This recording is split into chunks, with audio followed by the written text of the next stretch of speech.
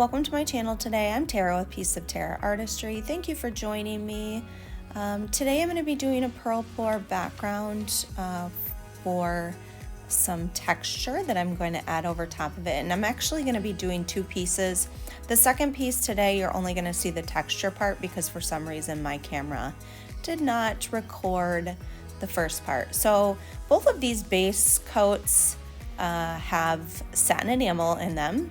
The white recipe, and then the blue is the white recipe with just some different blue, I think like a Payne's gray I threw in there, and a little the yellow ochre to give it a little bit warmer color. I use the fluids to just kind of tint a little bit so that I can kind of get that lighter shade. So I'm pouring this background again for a texture piece.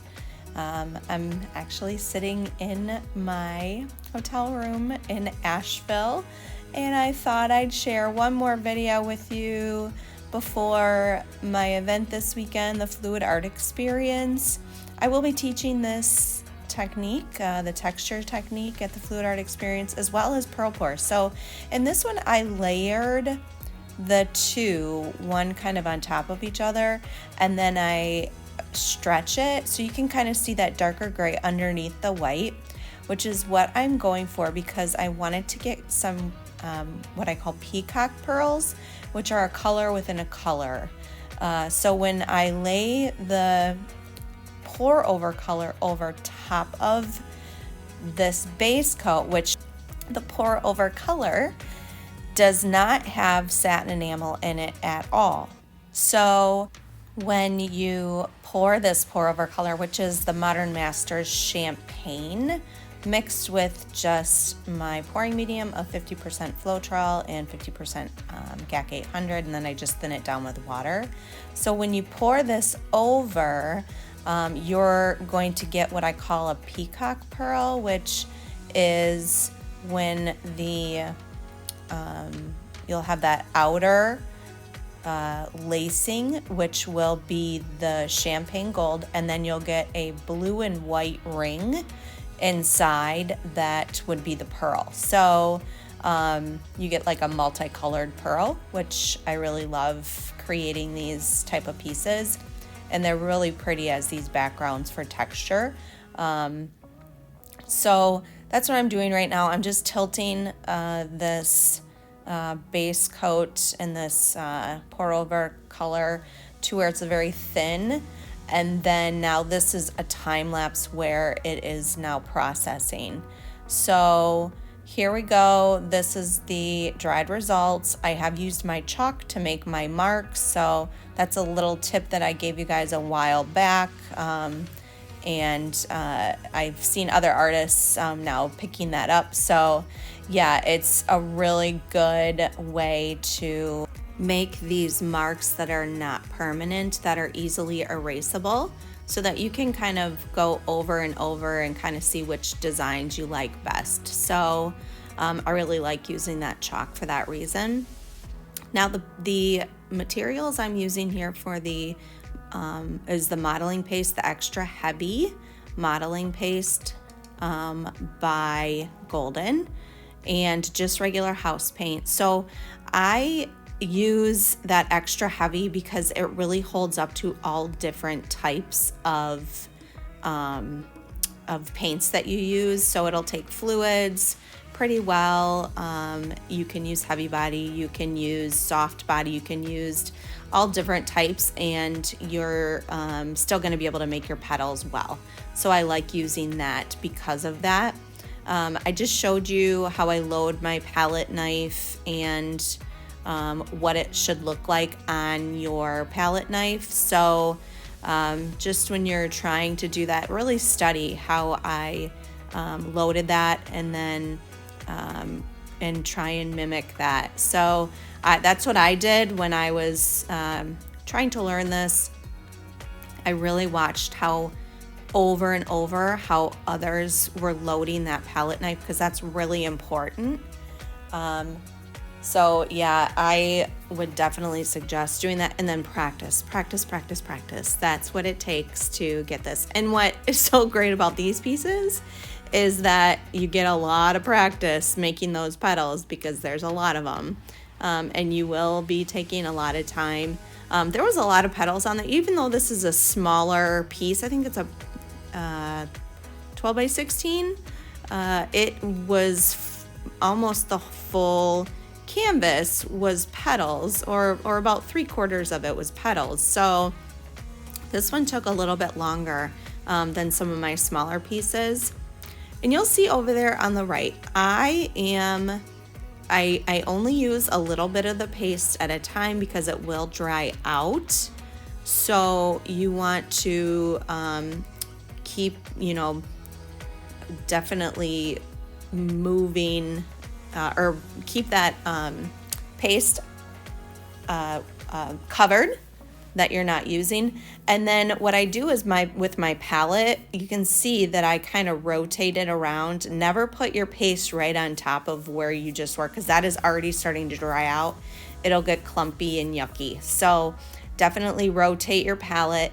I have a lot of different palettes that I use. I have a plastic palette. I have these paper palettes, which I really like, but they aren't environmentally friendly. So I also just bought myself a gray tempered glass palette, which I'm going to start using here. I've been using these paper palettes because I've been trying to get ready for the Fluid Art Experience, which is coming up here in Asheville. This coming up weekend, the 23rd through the 25th. There are still tickets available, lots of artists and lots of techniques. I'm teaching blooms and bloom blowouts and deconstructed blooms and pearls, peacock pearls, which that class is sold out. But my pearl combo class, I will definitely touch on peacock pearls. So I do have spots left in that class. So if you are interested in learning the peacock pearl technique, sign up for the combo class and we will do that in there as well. And then I have 2 texture classes, which I will be teaching this technique. I will be deep diving into texture and texture pastes and all the tools and materials that you would need to do that. So I really hope you guys can make it. If not, I will be in Dallas, Texas in September. Details for that are at the end of this video. But this one was a little tricky because it was such a fluid movement throughout, and you kind of had to keep moving the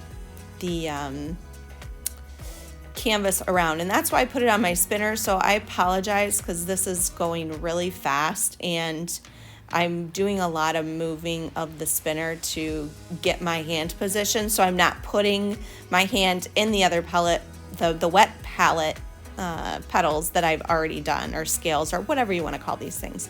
So yeah, here is the dried results and varnish. I did use a spray varnish on this one, a semi-gloss spray varnish. I usually use a matte, but I kind of wanted that gold to pop in there. And you can tape off certain areas, which is what I've done in the past, to get like a semi-gloss on the background, and then the matte on the texture piece. But I just kind of wanted this one to be all of the semi-gloss. So here it is, just on the mock-up wall, finished. It is with me. It is for sale at Fluid Art Experience. So this is the second one I was telling you about.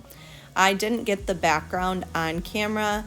I am using the exact same paste and the modeling paste from Golden Extra Heavy, and I'm using the same house paint.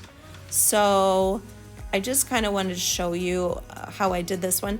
Also at the end here, I will show you, I did something a little different in the dried results. You will see that I was trying to figure out how to tie in that gold with the texture. It just wasn't, looking great for me.